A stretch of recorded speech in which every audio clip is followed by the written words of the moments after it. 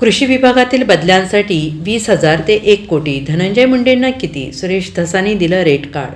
राज्याचे कॅबिनेट मंत्री धनंजय मुंडे यांच्यावर कृषी विभागातील घोटाळ्यांचे गंभीर आरोप करत तब्बल 300 कोटी रुपयांचा घोटाळा झाल्याचा दावा भाजप आमदार सुरेश धस यांनी केला आहे. कृषी खात्याअंतर्गत विविध साहित्य, खते आणि उपकरणांच्या खरेदीमध्ये हा भ्रष्टाचार झाल्याचे आमदार धस यांनी म्हटलं आहे. यासह कृषी विभागातील कृषी सहाय्यक ते उपसंचालक पदापर्यंतच्या बदल्यांसाठी तब्बल 100 कोटी रुपयांची तडजोड झाली आहे आणि 20,000 रुपयांपासून ते तब्बल 1 कोटी रुपयांपर्यंत ही रक्कम संबंधित कृषी सहाय्यकांपासून ते तंत्र अधिकाऱ्यांकडून घेण्यात आल्याचा दावा आमदार धस यांनी केला आहे.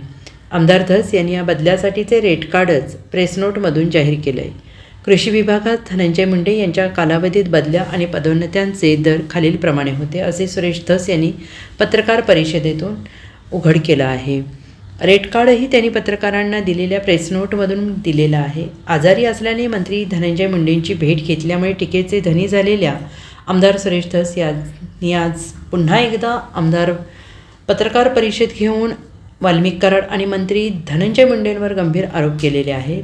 धनंजय मुंडेंच्या वरदहस्ताने कृषी खात्यात 300 कोटींचा घोटाळा झाल्याचा गंभीर आरोप केलेले आहेत. शेतकऱ्यांची तसेच क्षेत्रीय अधिकाऱ्यांची कोणतीही मागणी नसताना खरेदी करण्याचा निर्णय घेतला आहे आणि एकाच दिवशी प्रस्ताव पाठवला आहे आणि त्याच दिवशी GR सनदी अधिकारी प्रवीण गेडाम यांनी सुचवले होते.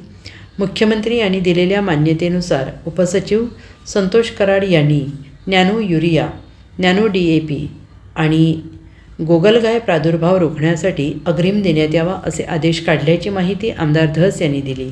तर कृषी विभागातील बदल्यांसाठी तब्बल 100 कोटी रुपयांचा भ्रष्टाचार झाल्याचा दावा करत त्यांनी चक्क रेड कार्ड जारी केलं आहे. त्यामध्ये कोणत्या अधिकाऱ्याकडून बदलीसाठी किती रक्कम घेतली जाते आणि त्यातील किती रक्कम धनंजय मुंडेंना मिळते हेही त्यांनी दाखवलं आहे.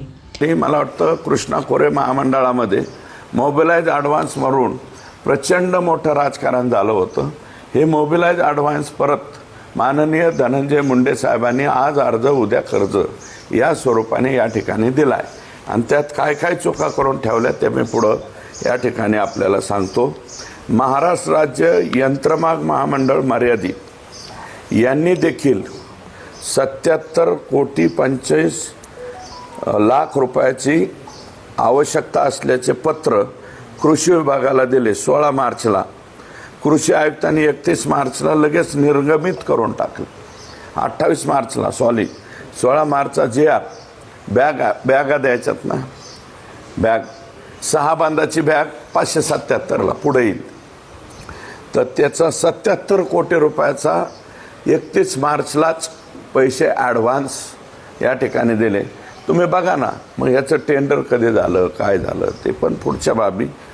बॅटरी ऑपरेटर स्प्रे पंप बाजारात या पंपाची किंमत 1500 रुपये महत्तम, परंतु महामंडळाने 3,425 रुपये आणि 60 पैसे किंमत लावलेली आहे. म्हणजे या बाबीमध्ये 45 कोटीचा भ्रष्टाचार झालेला आहे. हा जो काही पुरावा क्रमांक 7 आहे तो पण मी आपल्याला या ठिकाणी देतो PDF च्या माध्यमातून. Bureau report SBN Marathi Beed.